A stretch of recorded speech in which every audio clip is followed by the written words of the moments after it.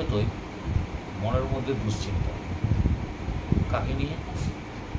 বাড়ির কোনো একজন ব্যক্তি যে প্রায় অসুস্থ থাকে, যাকে প্রায় ডাক্তারের কাছে নিয়ে দৌড়াতে হয়, যার পিছনে খরচার পর খরচা শুধু লেগে আছে শুধুমাত্র ডাক্তার, ওষুধ এসবের পিছনে।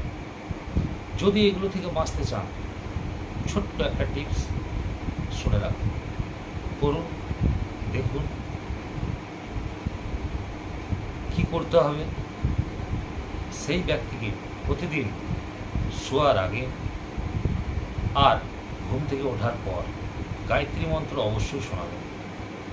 সেই ব্যক্তির পারলে একটি আপনার গায়ত্রী যন্ত্র কিনে লাল কারে করে তার গলায় বেঁধে দিন। আর কি করবেন? আর যখন বাড়িতে রান্না করবেন, বিশেষ করে তার খাওয়ার রান্না, তখন রান্নাঘরে যেন অবশ্যই গায়ত্রী মন্ত্র চলতে থাকে। করে দেখুন, আমার মনে হয় নিশ্চয়ই সুফল পাবেন। আপনার এই ফালতু খরচাগুলো বন্ধ হবে।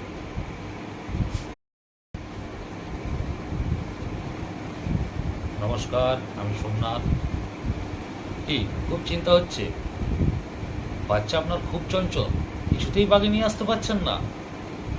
খালি মনে হচ্ছে বাচ্চাকে কি করে আমি ঠান্ডা করি, কি করে শান্ত করে বস করিয়ে রাখি, কি করে পড়াশোনার প্রতি মনোনিবেশ করাতে পারি। কিচ্ছু করতে হবে না। চঞ্চলতা মানেই হচ্ছে কি, ওর চন্দ্র ডিস্টার্ব আছে, মন ডিস্টার্ব। ওকে কি করবেন? ওকে রূপার গ্লাসে জল খাওয়ান। প্রতিদিন রাত্রেবেলায় রূপার গ্লাসে জল রেখে দিন, সকালবেলায় ঘুম থেকে ওঠার পর ওই জল ওকে খাইয়ে দিন। আর কি করবেন? পূর্ণিমার সময় আধ ঘন্টা করে চাঁদের আলোয় হাঁটাহাঁটি করান। আর কি করবেন? ওকে মাঝে মধ্যে পুকুরের ধারে নিয়ে গিয়ে কিছুক্ষণ বসান। দেখুন, আস্তে আস্তে ওই বাচ্চা আপনার বাগে চলে আসবে। ওর পড়ার প্রতি মন বসবে, মানসিক অবস্থা দেখবেন একটা স্থিরতার মধ্যে চলে এসেছে। প্রতিনিয়তই মনের মধ্যে দুশ্চিন্তা। কাকে নিয়ে? বাড়ির কোনো একজন ব্যক্তি যে প্রায় অসুস্থ থাকে, যাকে প্রায় ডাক্তারের কাছে নিয়ে দৌড়াতে হয়, যার পিছনে খরচার পর খরচা শুধু। নমস্কার, আমি সোমনাথ। কি খুব চিন্তা হচ্ছে? বাচ্চা আপনার খুব চঞ্চল, কিছুতেই বাগে নিয়ে আসতে পারছেন না।